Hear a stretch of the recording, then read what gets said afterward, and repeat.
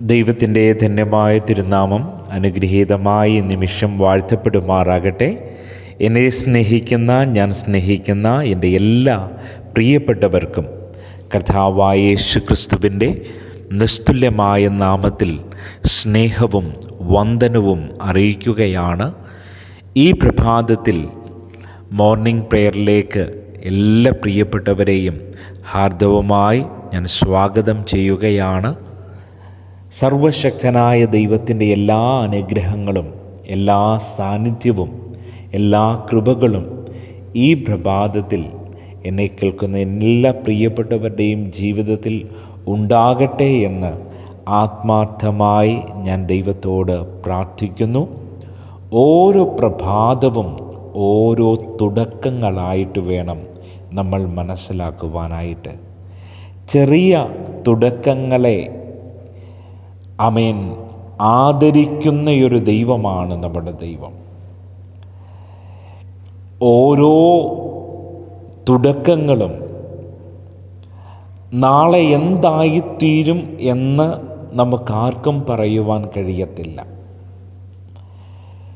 ചെറിയ തുടക്കങ്ങളായിരുന്നു ഇന്ന് നാം കാണുന്ന, കേൾക്കുന്ന എല്ലാ വലിയ സംരംഭങ്ങളുടെയും പിന്നിൽ ആദ്യത്തെ സ്റ്റെപ്പ് ഒരു ചെറിയ തുടക്കമായിരുന്നു. ഹിമാലയം കീഴടക്കിയ വ്യക്തിയും ആദ്യം വെച്ചത് ഒരു ചെറിയ ചുവടാണ്. ആമേൻ. ഈ പ്രഭാതയാമത്തിൽ എന്നെ കേൾക്കുന്ന പ്രിയമുള്ളവരോട് ആത്മനിയോഗത്തോടെ വിളിച്ചു പറയട്ടെ, എളിയ ആരംഭങ്ങളെ തുച്ഛീകരിക്കാത്ത ഒരു ദൈവം ഈ പ്രഭാതത്തിൽ നമുക്ക് വേണ്ടി ജീവിക്കുന്നു. അതെ, ആ ദൈവത്തിൻ്റെ മുൻപിൽ ഒരു ചെറിയ ചുവട് വയ്ക്കുവാൻ ഈ പ്രഭാതത്തിൽ നിങ്ങളുടെ ജീവിതത്തിൽ ഇടയായിത്തീരുമ്പോൾ അതിനു വേണ്ട എല്ലാ സപ്പോർട്ടും, എല്ലാ പിന്തുണയും, അതിനു വേണ്ട എല്ലാ കൃപകളും സർവശക്തനായ ദൈവം നമ്മുടെ ഓരോരുത്തരുടെ മേൽ പകരുവാൻ ഇടയായിത്തീരും. ഇന്ന് പ്രഭാതത്തിൽ എൻ്റെ ഉള്ളിൽ കർത്താവ് തന്ന ഒരു നിയോഗമെന്ന് പറയുന്നത്, മുന്നോട്ടു പോകുവാൻ ആഗ്രഹമുണ്ട്, വളരെ അത്യധ്വാനം ചെയ്യുന്നുണ്ട്, കഠിനമായി പ്രയത്നിക്കുന്നുണ്ട്, പോരാടിയാണ് ഓരോ ദിവസവും മുന്നോട്ട് പോയിക്കൊണ്ടിരിക്കുന്നത്. എന്നാൽ വെല്ലുവിളികൾ, പ്രശ്നങ്ങൾ, പ്രതികൂലങ്ങൾ ഒന്നിനു പുറകെ ഒന്നായി കടന്നു വന്നത് നിമിത്തം മുന്നോട്ടൊരു ചുവട് വെക്കുവാൻ പോലും കഴിയാത്ത ഒരനുഭവത്തിലൂടെ കടന്നു പോകുന്ന ചില പ്രിയപ്പെട്ടവർ, ആമേൻ, മുന്നോട്ട് യാത്ര ചെയ്ത് വഴിതെറ്റി പിന്നെയും കറങ്ങിത്തിരിഞ്ഞ് എവിടെയാണോ ആരംഭിച്ചത് അവിടെ തന്നെ വന്നെത്തിയിരിക്കുന്ന ചില പ്രിയപ്പെട്ടവർ, ഇനിയും മുന്നോട്ടെന്ത് ചെയ്യണമെന്നറിയാതെ, എന്താണ് അടുത്തൊരു സ്റ്റെപ്പ് എന്ന് തീരുമാനമെടുക്കുവാൻ കഴിയാത്ത ഒരനുഭവത്തിലൂടെ കടന്നു പോകുമ്പോൾ എന്നെ കേൾക്കുന്ന പ്രിയമുള്ളവരെ, ആത്മനിയോഗത്തോടെ ഇന്ന് ഈ പ്രഭാതത്തിൽ ഞാൻ വിളിച്ചു പറയുവാൻ ആഗ്രഹിക്കുന്നു. 1 പത്രോസിൻ്റെ ലേഖനം 5-ാം അധ്യായം 7-ാമത്തെ തിരുവചനം, അവൻ നിങ്ങൾക്കായി കരുതുന്നതാകയാൽ നിങ്ങളുടെ സകല ചിന്താകുലങ്ങളും അവൻ്റെ മേലിട്ടുകൊള്ളുവിൻ. ദൈവം ഈ പ്രഭാതത്തിൽ നിങ്ങൾക്കായി കരുതും. വിശ്വസിക്കുക, ദൈവം നമുക്ക് വേണ്ടി കരുതുന്ന ദൈവമാണ്. നെഹമ്യാവ് എന്ന പേരുള്ള ഒരു മനുഷ്യൻ, നെഹമ്യാവിൻ്റെ പുസ്തകം 2-ാം അധ്യായം 17-18 വാക്യങ്ങൾ വായിക്കുമ്പോൾ ആ മനുഷ്യനെ നമുക്ക് കാണുവാനായിട്ട് കഴിയും. നെഹമ്യാവ് എന്നാണ് തൻ്റെ പേര്. പേർഷ്യൻ രാജാവിൻ്റെ പാനപാത്രവാഹകനായി കൊട്ടാരത്തിൽ ഉയർന്ന ഉദ്യോഗത്തിൽ ഇരിക്കുന്നതായ ഒരു വ്യക്തി, സുരക്ഷിതമായ ഒരു മേഖലയിലാണ് താനായിരിക്കുന്നത്. എന്നാൽ യെരുശലേമിലുള്ള ദൈവജനത്തിൻ്റെ നിന്ദിക്കപ്പെട്ട അവസ്ഥയെക്കുറിച്ച് മനസ്സിലാക്കുമ്പോൾ, സ്വന്തം ജനത്തിൻ്റെ ദുരവസ്ഥയെക്കുറിച്ച് ആമേൻ മനസ്സിലായി കഴിയുമ്പോൾ പട്ടണത്തിൻ്റെ അവസ്ഥയും ആമേൻ അവർ എത്രത്തോളം നിന്ദയനുഭവിച്ചുകൊണ്ട് അപമാനമനുഭവിച്ചുകൊണ്ട് ആയിരിക്കുന്നത്, മഹാകഷ്ടത്തിലും ആ സംസ്ഥാനത്ത് മഹാകഷ്ടത്തിലും അപമാനത്തിലും ഇരിക്കുന്നു. യെരുശലേമിൻ്റെ മതിൽ ഇടിഞ്ഞും അതിൻ്റെ വാതിലുകൾ തീവെച്ച് ചുറ്റും കിടക്കുന്നു എന്ന വാർത്ത ആമേൻ നെഹമ്യാവിൻ്റെ ഉള്ളിനെ പിടിച്ചു കുലുക്കുകയാണ്. താൻ സുരക്ഷിതനാണ്, തനിക്ക് നല്ല ജോലിയുണ്ട്, ആമേൻ ഒരുപക്ഷെ തനിക്ക് മറ്റ് പ്രയാസങ്ങളോ ബുദ്ധിമുട്ടുകളോ ഒന്നുമില്ലാതെ ഈ രാജകീയമായ അനുഭവത്തിൽ രാജകീയമായ ജോലിയിൽ തുടരുവാനായിട്ട് തനിക്ക് കഴിയും. എന്നാൽ സുരക്ഷിത മേഖലയിലേക്ക് പുറത്തു വരുവാൻ ആണ് നെഹമ്യാവ് തീരുമാനിക്കുന്നത്. കാരണം അവൻ്റെ സ്വന്തം ജനത്തെക്കുറിച്ച് ആമേൻ യെരുശലേമിനെ കുറിച്ച്, ആ യെരുശലേമിൻ്റെ മതിലുകൾ ഇടിഞ്ഞും വാതിലുകൾ തീവെച്ച് കിടക്കുന്നതും കുറിച്ചുമുള്ള വാർത്തകളൊക്കെ നെഹമ്യാവ് കേൾക്കുമ്പോൾ അവൻ്റെ ഉള്ളിൻ്റെ ഉള്ളിൽ അവൻ ഉറച്ചൊരു തീരുമാനത്തിലേക്ക് കടന്നു വരുവാൻ ഇടയായിത്തീരുകയാണ്. ആമേൻ നെഹമ്യാവ് തൻ്റെ ജീവിതത്തിൻ്റെ ആമേൻ എന്താണ് ദൈവീകമായ ഉദ്ദേശമെന്ന് തിരിച്ചറിയുവാൻ ഇടയായിത്തീരുമ്പോൾ ആമേൻ വെല്ലുവിളികൾ നിറഞ്ഞ, പ്രതികൂലങ്ങൾ നിറഞ്ഞ, ആമേൻ കല്ലും മുള്ളും നിറഞ്ഞ, ആമേൻ ദുർഘടമായ ദൈവവിളിയുടെ ആ വഴിത്താരയെ തിരഞ്ഞെടുക്കുവാനും മുന്നോട്ട് ചുവടുവെക്കുവാനും ഇടയായിത്തീരുന്നയൊരു ചിത്രം നെഹമ്യാവിൻ്റെ പുസ്തകം 1-ാം അധ്യായം വായിക്കുമ്പോൾ എനിക്കും നിങ്ങൾക്കും വായിക്കുവാനായി മനസ്സിലാക്കുവാനായിട്ട് കഴിയും. നെഹമ്യാവിനെക്കുറിച്ച് പറയുവാൻ ഒരുപാട് കാര്യങ്ങളുണ്ട് എങ്കിലും അവൻ ഈ പ്രഭാതത്തിൽ ദൈവത്തിൻ്റെ പരിശുദ്ധാത്മാവ് എനിക്ക് തന്ന ആ നിയോഗപ്രകാരം പറയട്ടെ. നെഹമ്യാവിനെക്കുറിച്ച് നമ്മൾ മനസ്സിലാക്കുമ്പോൾ തൻ്റെ ജീവിതത്തിൽ നമുക്ക് കാണുവാൻ കഴിയുന്ന അതിശ്രേഷ്ഠമായ 2 ഗുണങ്ങൾ. ഒന്ന്, അവൻ പ്രാർത്ഥിക്കുന്നവനായിരുന്നു. ഈ പ്രഭാതയാമത്തിൽ ദൈവസന്നിധിയിൽ പ്രാർത്ഥനയ്ക്കായൊരു ചുവട് വെക്കുവാൻ ആമേൻ ഇടയായി തീരുമെങ്കിൽ സർവശക്തനായ ദൈവത്തിൻ്റെ കൃപയുടെ കരം നിനക്ക് അനുകൂലമായി ചലിക്കുവാൻ ഇടയായിത്തീരും. 2, അവൻ പ്രവർത്തിക്കുന്നവനായിരുന്നു. നെഹമ്യാവ് പ്രാർത്ഥനയിൽ തുടരുക മാത്രമല്ല, അവൻ എന്തിനു വേണ്ടി പ്രാർത്ഥിച്ചോ അത് താൻ തന്നെ ചെയ്യുവാനായിട്ട് മുന്നോട്ടൊരു ചുവട് വെക്കുവാനായിട്ടിടയായി. ഈ പ്രഭാതയാമത്തിൽ എന്നെ കേൾക്കുന്ന പല പ്രിയപ്പെട്ടവരുടെയും ജീവിതത്തിൽ നാളുകളായി പ്രാർത്ഥിച്ചു കൊണ്ടിരിക്കുകയാണ്. ഒരു ജോലിക്ക് വേണ്ടി ജീവിതത്തിൽ ഒന്ന് മുന്നോട്ട് പോകുവാനായിട്ട്, അടുത്തൊരു തലം വെളിപ്പെടുവാനായിട്ട് ആമേൻ അങ്ങനെ അനവധി പ്രാർത്ഥനാ വിഷയങ്ങളുമായി പ്രാർത്ഥനയോടെ ദിവസങ്ങൾ മാസങ്ങളായി, മാസങ്ങൾ ആമേൻ വർഷങ്ങളായി, വർഷങ്ങൾ പലത് കഴിഞ്ഞു.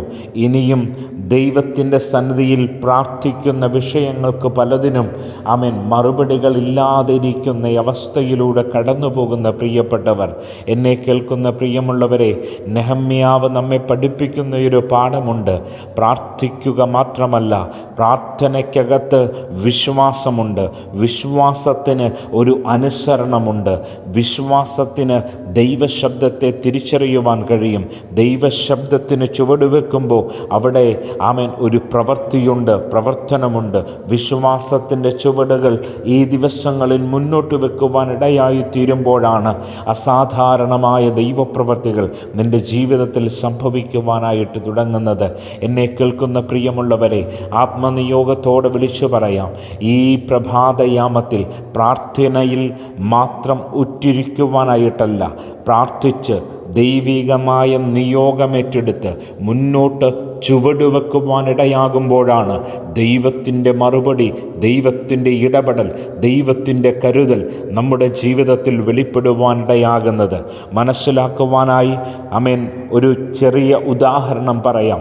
ഒരു ജോലിക്ക് വേണ്ടി ആഗ്രഹിക്കുന്ന വ്യക്തി അവൻ ദൈവത്തോട് പ്രാർത്ഥിക്കുന്നു, ദൈവസന്നിധിയിൽ മുട്ടുമടക്കുന്നു. ഇന്ന ജോലി വേണം. ആ ജോലിക്ക് വേണ്ടി പ്രാർത്ഥിക്കുമ്പോൾ അവൻ ദൈവത്തിന് സ്തോത്രം. അതിനായിട്ട് മുന്നോട്ടൊരു ചുവട് വെക്കേണ്ടത് അനിവാര്യമാണ്. ആ ജോലി അന്വേഷിക്കേണ്ട ഉത്തരവാദിത്തം അന്വേഷിച്ച് വിശ്വാസത്തോടെ മുന്നോട്ട് ചുവട് വെക്കുവാൻ ഇടയാകുമ്പോൾ അന്വേഷിപ്പിൻ കണ്ടെത്തുമെന്നാണ് കർത്താവിൻ്റെ വചനം പറയുന്നത്. അപ്പോൾ ഇന്ന് ഈ നിമിഷം കർത്താവിൻ്റെ സന്നിധിയിൽ ഞാനും നിങ്ങളുമായിരിക്കുമ്പോൾ വിശ്വാസം കേൾവിയാലും കേൾവി ദൈവത്തിൻ്റെ വചനത്താലും കടന്നു വരുന്നു. എന്നെ കേൾക്കുന്ന പ്രിയമുള്ളവരെ, ദൈവത്തിൻ്റെ ബലമുള്ള കരം ഈ പ്രഭാതത്തിൽ നിന്നോട് കൂടെയിരിക്കും. ദൈവത്തിൻ്റെ ആത്മാവ് നിന്നിൽ നിന്ന് ഒരു ചുവടുവെപ്പ് പ്രതീക്ഷിക്കുന്നു. ചെറിയൊരു ചുവട് വെക്കുവാൻ, ചെറിയ ചെറിയ ചുവടുകൾ മുന്നോട്ട് വെച്ച് പതുക്കെ ജീവിതം മുന്നോട്ട് കൊണ്ടുപോകുവാൻ ദൈവത്തിൻ്റെ പരിശുദ്ധാത്മാവ് ആഗ്രഹിക്കുന്നു. നിൽക്കുന്ന ഇടത്ത് ഇനിയും തുടരുവാനല്ല, ഇനിയും നിനക്ക് മുന്നോട്ട് പോകുവാനായിട്ടുണ്ട്. ചൂരച്ചെടിയുടെ തണലിൽ കിടന്ന് മതി കർത്താവേ, എനിക്ക് മരിച്ചാൽ മതി എന്ന് പറയുവാനായിട്ടല്ല, ഇനിയും നിനക്കൊരു ദൂരയാത്രയുണ്ട്. അതെ, ഈ പ്രഭാതത്തിൽ ദൈവം കരുതും, ദൈവം കരുതും, ദൈവം കരുതും. ആ ഉത്തമമായ ബോധ്യത്തോടെ മുന്നോട്ട് ചുവട് വെക്കുവാനിടയായിത്തീരുമ്പോൾ ദൈവത്തിൻ്റെ വലിയ കരം അനുകൂലമായി വെളിപ്പെടുവാനിടയാകും. രോഗബന്ധനങ്ങൾ അഴിഞ്ഞു മാറുവാൻ തക്കവണ്ണം ദൈവത്തിൻ്റെ പരിശുദ്ധാത്മാവ് തൻ്റെ കൃപയെ നിൻ്റെ മേൽ പകരുവാനിടയാകട്ടെ. പുതുവഴികൾ കർത്താവ് തുറന്നു തരുവാനിടയാകട്ടെ. ദൈവത്തിൻ്റെതായ നിറവുകളും കരുതലുകളും കർത്താവ് വെളിപ്പെടുത്തുവാനിടയാകട്ടെ. നിൻ്റെ ജീവിതത്തെക്കുറിച്ചുള്ള ദൈവികമായ ഉദ്ദേശം തിരിച്ചറിഞ്ഞ് അതിനായി മുന്നോട്ട് ചുവടുവെക്കുമ്പോൾ സ്വർഗം താഴെ ഇറങ്ങി വന്ന് എനിക്കും നിങ്ങൾക്കും വേണ്ടി എല്ലാ സപ്പോർട്ടും ചെയ്യുവാൻ ഇടയായിത്തീരും. ഞാൻ ദൈവത്തെ വിശ്വസിക്കുന്നു, ദൈവത്തിൻ്റെ കരുതലുകളിൽ വിശ്വസിക്കുന്നു, ദൈവത്തിൻ്റെ നിറവുകളിൽ വിശ്വസിക്കുകയാണ്. ദൈവത്തിൻ്റെ സന്നദ്ധയിലായിരിക്കുന്ന പ്രിയമുള്ളവരെ, ഇന്ന് പ്രഭാതത്തിൽ നിൻ്റെ ഉദ്ദേശങ്ങൾ സഫലമാകുവാൻ, നിൻ്റെ ഹൃദയത്തിലെ ആഗ്രഹങ്ങൾ സാധിക്കുവാൻ, ജീവിതം ഒരു അനുഗ്രഹമായി മാറുവാൻ പ്രാർത്ഥിക്കുക, ഒപ്പം പ്രവർത്തിക്കുക. പ്രാർത്ഥിക്കുക, ഒപ്പം പ്രവർത്തിക്കുക. പ്രാർത്ഥനയിൽ ഉറ്റിരിക്കുക, പ്രവൃത്തിയിൽ മടുക്കാതെ ഇരിക്കുക. വിശ്വാസത്തിൻ്റെ ചുവടുവെപ്പാണ് നമുക്കാവശ്യം. ഒന്നാമത്തെ ചുവടാണ് പ്രാർത്ഥനയെങ്കിൽ രണ്ടാമത്തെ ചുവടാണ് പ്രവൃത്തി എന്ന് പറയുന്നത്. ഇന്ന് ഈ നിമിഷം പ്രാർത്ഥനയോടെ ചുവട് വെക്കുവാനിടയായിത്തീരുന്ന കാര്യാദികളിലെല്ലാം ദൈവികമായ കരം അനുകൂലമായി വെളിപ്പെടുകയും ദൈവം കാര്യങ്ങളെ സാധിപ്പിക്കുകയും ചെയ്യുവാനിടയായിത്തീരും.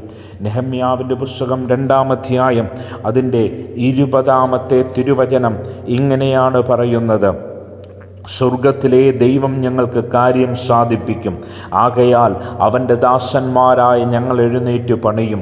അതേ പ്രിയമുള്ളവരെ, ഇന്ന് പ്രഭാതത്തിൽ ആത്മനിയോഗത്തോടെ വിളിച്ചു പറയുന്നു, സ്വർഗത്തിലെ ദൈവം ഞങ്ങൾക്ക് കാര്യം സാധിപ്പിക്കും. അതെ, വീണ്ടും പറയുക, ദൈവം കാര്യം സാധിപ്പിക്കും, ദൈവം കാര്യം സാധിപ്പിക്കും.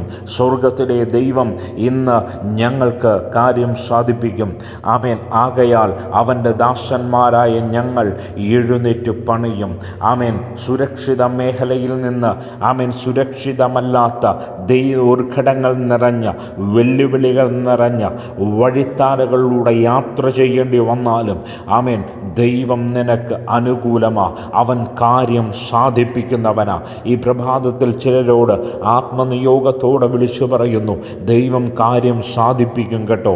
ദൈവം കാര്യം സാധിപ്പിക്കുന്ന പകലാണ് ഇന്ന് പകൽ. വിശ്വസിക്കുക, ദൈവം കാര്യം സാധിപ്പിക്കും, ദൈവം കാര്യം സാധിപ്പിക്കും. ദൈവം ഇന്ന് നീ എന്ത് വിഷയത്തിലാണോ ഭാരപ്പെടുന്നത് ആ വിഷയത്തെ സാധിപ്പിക്കുവാൻ ദൈവത്തിന് കഴിയുമെന്നേ. ദൈവത്തിനൊന്നും അസാധ്യമല്ല. അവൻ്റെ കരം ബലഹീനമല്ല, അവൻ്റെ കരം ബലമുള്ളതാണ്.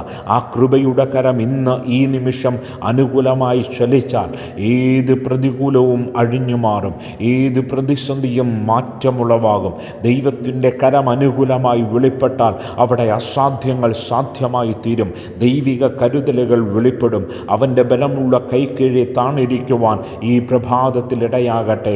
കാര്യം സാധിപ്പിക്കുന്ന ഒരു ദൈവം ഇന്നും ജീവിക്കുന്നു. കാര്യം സാധിപ്പിക്കുന്ന ഒരു ദൈവം ഇന്നും ജീവിക്കുന്നു. ഒരു നിമിഷം കണ്ണുകളെ അടയ്ക്കാം. നമുക്ക് ദൈവത്തോട് പ്രാർത്ഥിക്കാം. പരിശുദ്ധനായ ഞങ്ങളുടെ ദൈവമേ, വാഴ്ത്തപ്പെട്ടവനായ സ്വർഗീയ നല്ല പിതാവേ, ഈ പ്രഭാതയാമത്തിൽ അങ്ങയുടെ മക്കൾക്ക് വേണ്ടി പ്രാർത്ഥിക്കുന്നു. ദൈവം കാര്യം സാധിപ്പിക്കുവാൻ പ്രാർത്ഥിക്കുന്നു. ഉദ്ദേശങ്ങൾ സാധ്യമാകുവാൻ പ്രാർത്ഥിക്കുന്നു. ആമേൻ. കർത്താവേ, പ്രാർത്ഥിക്കുന്ന വിഷയങ്ങൾ ആമേൻ പ്രാർത്ഥനയോടെ ചുവട് വെക്കുമ്പോൾ അതിൻ്റെ റിസൾട്ടുകൾ യേശുവിൻ്റെ നാമത്തിൽ വെളിപ്പെട്ടു വരട്ടെ. പ്രാർത്ഥനയോടെ ചുവട് വെക്കുന്ന ഓരോ പ്രവൃത്തികളിലും കാര്യങ്ങൾ സാധിക്കട്ടെ, കാര്യങ്ങൾ സാധിക്കട്ടെ, കാര്യസാധ്യമുണ്ടാകട്ടെ. യേശുവിൻ്റെ നാമത്തിൽ കാര്യസാധ്യമുണ്ടാകട്ടെ. ഷമന ഹദുനിയ രബൗധന റുഹേ ഭാരിയ സുയത്വല രബൗധനെ റുഹമാസിയാന്ധ്വേനിയ രബൗധനിയ. Holy spirit of God, in the name of Jesus, യേശുവിൻ്റെ നാമത്തിൽ ഈ പ്രിയപ്പെട്ടവരെ അനുഗ്രഹിച്ചു പ്രാർത്ഥിക്കുന്നു. ഇന്ന് പകലൊരു അനുഗ്രഹത്തിൻ്റെ പകലാകട്ടെ, ഒരു വിടുതലിൻ്റെ പകലാകട്ടെ, ഒരു വലിയ ദൈവപ്രവൃത്തിയുടെ പകലാകട്ടെ, ആത്മാവ് ഇറങ്ങി വരുന്ന പകലാകട്ടെ, പരിശുദ്ധാത്മാവിൻ്റെ കരം ചലിക്കുന്ന പകലാകട്ടെ, കാര്യം സാധിക്കുന്ന പകലാകട്ടെ. ആമേൻ, ആമേൻ, ആമേൻ. ഞങ്ങൾ ദൈവത്തെ വിശ്വസിക്കുന്നു. അങ്ങ് ഞങ്ങൾക്കായി കരുതുന്ന ദൈവമാണ് എന്ന ആ ബോധ്യത്തോടെ ഇന്ന് പകൽ ഞങ്ങൾ ദൈവസന്നിധിയിലായിരിക്കുന്നു. പിതാവിൻ്റെയും പുത്രൻ്റെയും പരിശുദ്ധാത്മാവിൻ്റെയും നാമത്തിൽ അങ്ങയുടെ മക്കളെ അനുഗ്രഹിച്ച് പ്രാർത്ഥിക്കുന്നു. സ്വർഗ അത്ഭുതങ്ങൾ ചെയ്യും. യേശുവിൻ നാമത്തിൽ പിതാവേ കേൾക്കണമേ. ആമേൻ, ആമേൻ. ഈ വചനങ്ങളാൽ കർത്താവ് ഏവരെയും ധാരാളമായി അനുഗ്രഹിക്കട്ടെ. God bless you all. Amen.